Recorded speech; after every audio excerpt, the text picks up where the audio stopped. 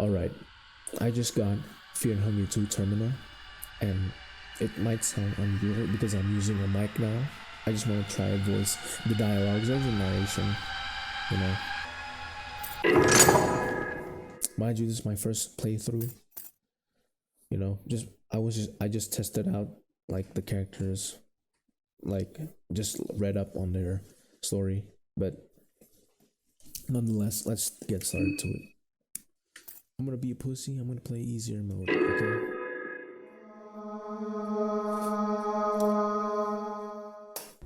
Alright, the soothing sound of the rail tracks. You are not used to such peaceful and tranquil atmosphere. You can't help but let your mind wander.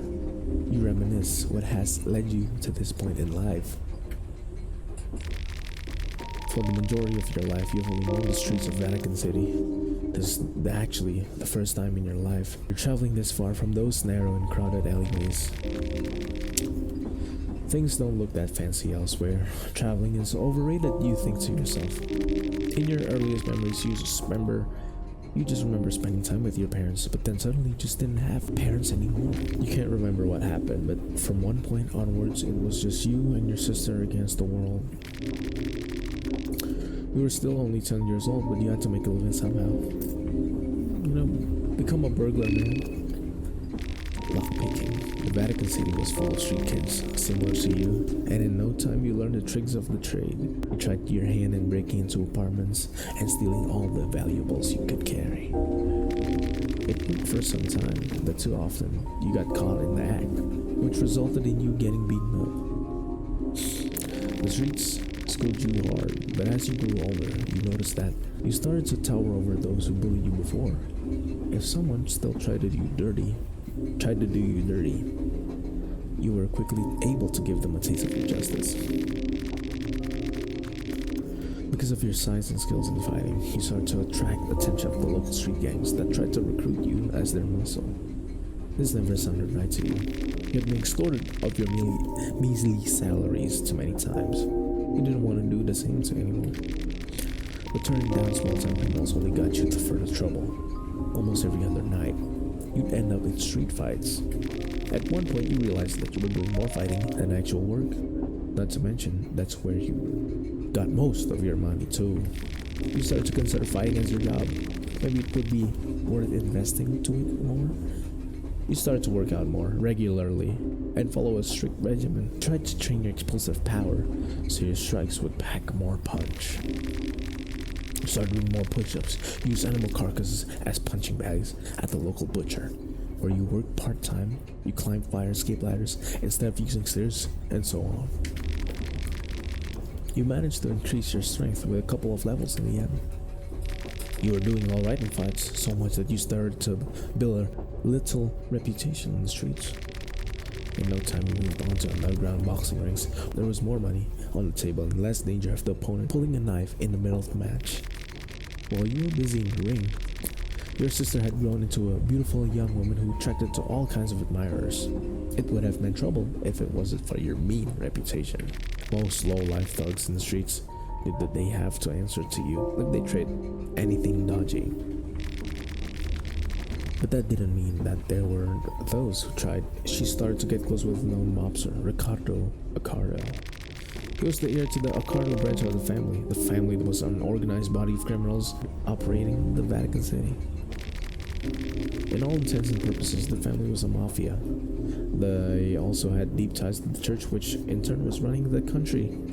So it was a bit more complicated. Despite being a mobster, Ricardo seemed decent enough. He had a flirtatious and flattering way of speaking and generally got along with everyone. He took notice in your skills and tried to casually recruit you to their ranks. You politely declined the offer. Since you didn't take the offer, Ricardo had another one on the platter. Proposed that he'd hook you up with a real boxing trainer to get you to the next level. You again declined, but your sister insisted that you at least try it out. You agreed. Things started to feel more professional at the second you stepped inside the gym. The trainer, an elderly gentleman with an impressive record of previous apprentices, was impressed by your raw skills. He thought that the best way to push you further would be to choose where to specialize. I would, Specialized innovation, like offense or accuracy, you know? I guess accuracy, more bare-fisted proficiency. His methods proved effective. Soon you had your first real bout in the ring and won the match with relative ease. Your sister and Ricardo were there to congratulate you. You continued with your winning streak. The hype was around you and it was growing. Slowly even you started to believe the hype. Ricardo was able to organize big matches one after another. You actually started spending more time inside the family quarters with Ricardo and your sister. Hold up, tea break. Without noticing it, you had been pulled into the criminal world. What started as a helping out a friend became a more frequent occurrence. Soon Ricardo showed his true colors as well. He had been building you up for a fated boxing match. Apparently your next opponent was a former family member who had cut all ties to the organization. Your job was to kill him in a boxing match. He politely declined, but at this point there was no turning back. Ricardo reminded that he got your sister back at his flat and she'd feel it in her skin if you didn't comply. You didn't know what to do, so you found out yourself in the ring, the ex-family member, and the bell rang. He was a tough opponent, but you managed to get the best out of him. You were able to counter one of his attacks with a knockout hit. Things moved in slow motion as you saw Ricardo in your corner, nodding with a sly smile. You followed up your hit with another, and another, and another. You didn't even stop when the man hit the ground. The referee had to pull you away with all he got before you stopped killing him. The damage had already been done. You had killed the person. You were devastated by all this, but kept it all inside. This was only the beginning. Ricardo had plenty of dirty work for you to do, and at this point he had plenty of leverage too. Your sister being the last resort every time you hesitated. Things had to change. It's time to get rid of Ricardo. You learned killing intent. Ricardo was wary of you. He seemed to sense your killing intent from miles away, and that's why he avoided seeing you alone to the best of his abilities. He was too cocky to consider you a serious threat though, as if he had you under his thumb. That proved out to be a grave mistake for him. You were to meet Ricardo and a dozen of his henchmen at a local club to discuss another one of your many tasks. You had been waiting for an opportunity to see him alone, but that opportunity never presented itself. Fair enough, he thought. The moment you got to a punching distance, Ricardo had a split-second realization of what was happening before you knocked him off his feet. The little rat tried to slither away, but you grabbed him by his throat and kept slamming him on the floor until he stopped moving. In your rage, you lifted him up and threw him off the railing. He fell from the second floor to the center of the club's dance floor. You saw him fall head first to the ground. You had succeeded in what you set out to do. Getting out of the club was secondary. You had to fight through a mob of Ricardo's goons. Somehow, you had to make it out from the back door with only minor injuries and ran away as fast as you could. You ran away from the crime scene. The problem was that now both the family and the law enforcement of the city were after you. Then you just received a phone call from your sister. She had been sent to Ricardo's summer villa in the country of Valen for some days prior. You explained the situation to her, and the two of you decided to meet up in the country of Fondon. There was no possibility of you living in Vatican City anymore. You had to act fast before the police would catch up on you. You took the first train that left the country. The destination was an obscure little town called Prieval in the country of Bohemia. You had no idea where that place was, but you figured out you could plan your trip better once you got there.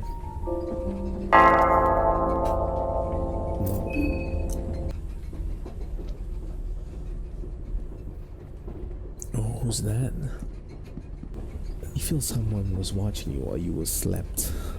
Ooh. Okay.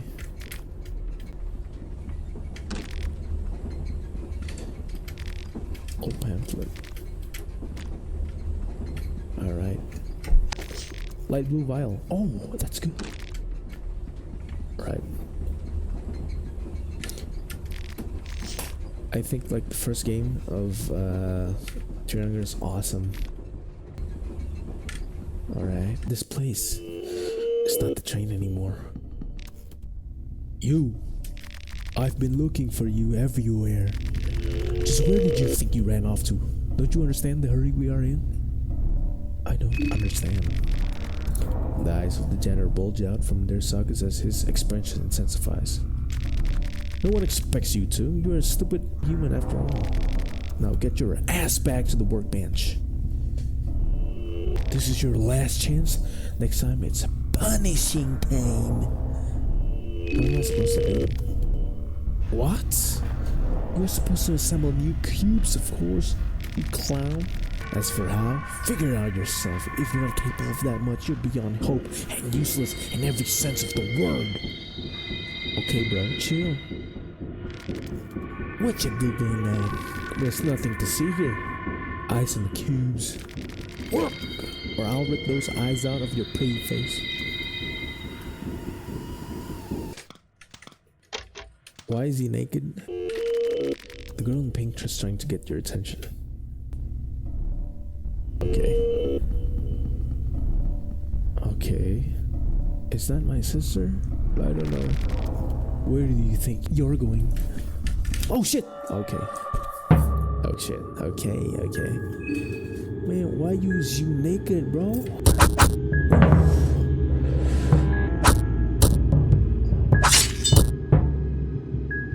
Okay.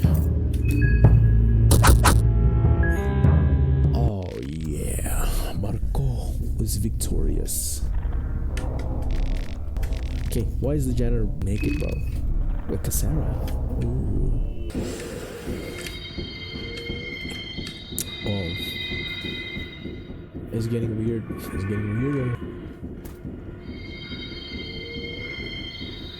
Your head hurts. You feel like you're losing your mind. Hey, I know that one. That's Francois. It's the dominating one. That's Chandler. And I don't know who that one, but I know that one. That's from the first game. Oh yeah. Oh, this game, man. It's cool, bro. It's cool. Let's go. I'm actually hyped up. Ooh. Who's that? Who is that? Oh, is that the moon god from the first game, you know? There you are. A mysterious person greets you in a monotonous voice. Got you pulled out from that nasty place. You were going deep into that rabbit hole. Now you are safe under the beautiful green hue of the moon. Welcome to the Moon Tower. What is going on? That is what I'm here for, to explain the situation you are currently facing, to explain the great once-in-a-lifetime opportunity that has fallen within your grasp. Since our words could not possibly reach my master, I speak in his behalf. And who might my master be? Well, now, let's just say he is the delinquent one, the trickster moon god. And me, you can call me Perkel. What a stupid name. I'm just a humble servant of his celestial majesty. You're the dreamer, he is the dream. My master has invited 14 of you to join us in the jubilee of cosmic proportions. 14 candidates, but only one true victor. The festival of Termina is upon us.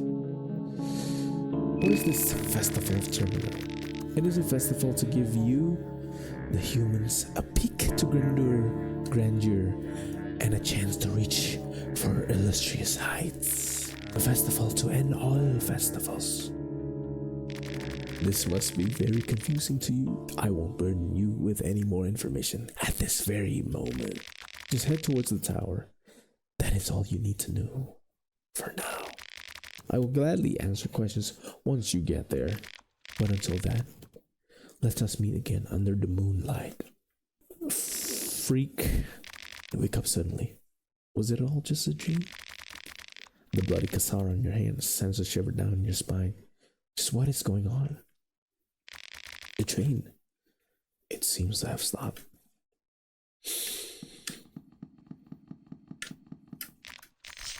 Bottle of vodka. That's for the mind. Can we try this one? Train cabin.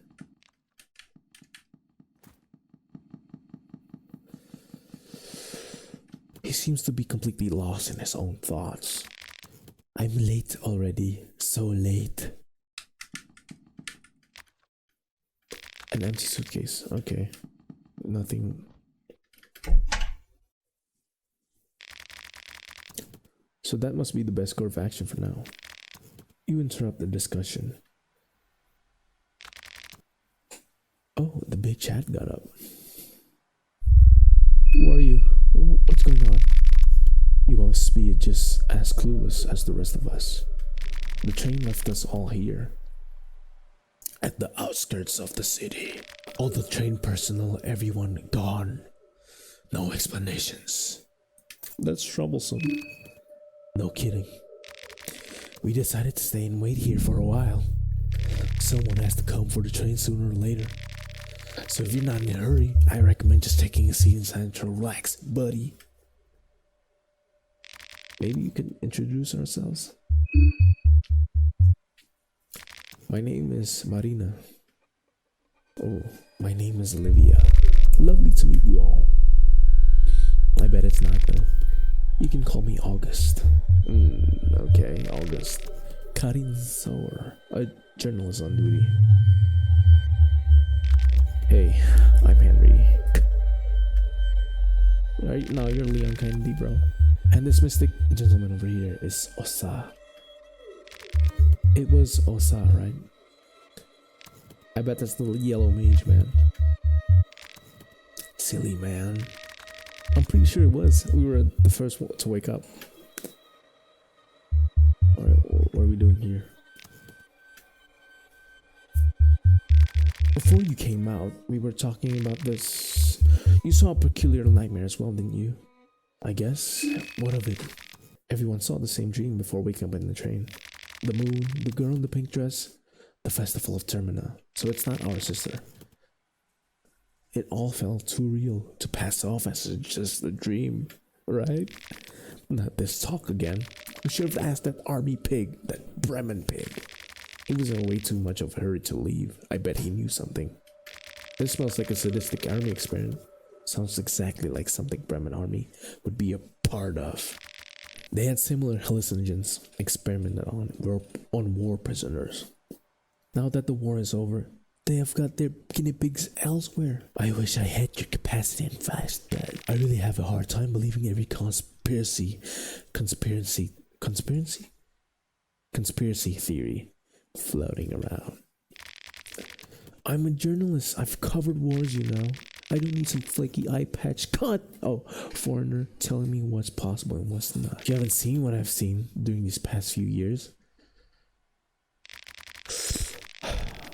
I've covered wars too, you know. All men and women for the past decade or two have covered wars. What's your point again? I've seen my fair share of hallucinogens as a doctor, and I can tell from my first-hand experience that there are no known chemicals that create visions that vivid, especially visions that are identical. Bruh. Especially visions that are identical with this many people. You can feel the tension rising between these two people. I'll take it that we're done here. As much as I like it, I don't have time to play happy campers with you people. I have a job to do. Which way is the city? That's the moon tower. Look, up there, over the forest top. Can you see the tower standing erect in the mist? The tower marks that's the center of the upheaval. You can hike through the forest to get there. It's not that far anyway. Ooh, shit's about to get real. Alright then, if I see anyone, I'll let them know you guys are waiting here. Have fun finding a scoop from that sleepy town. You know where to find us if anything comes up. I need to be going too. Sure thing. Don't let us slow you down, buddy. Day 1. Monologue with the moon.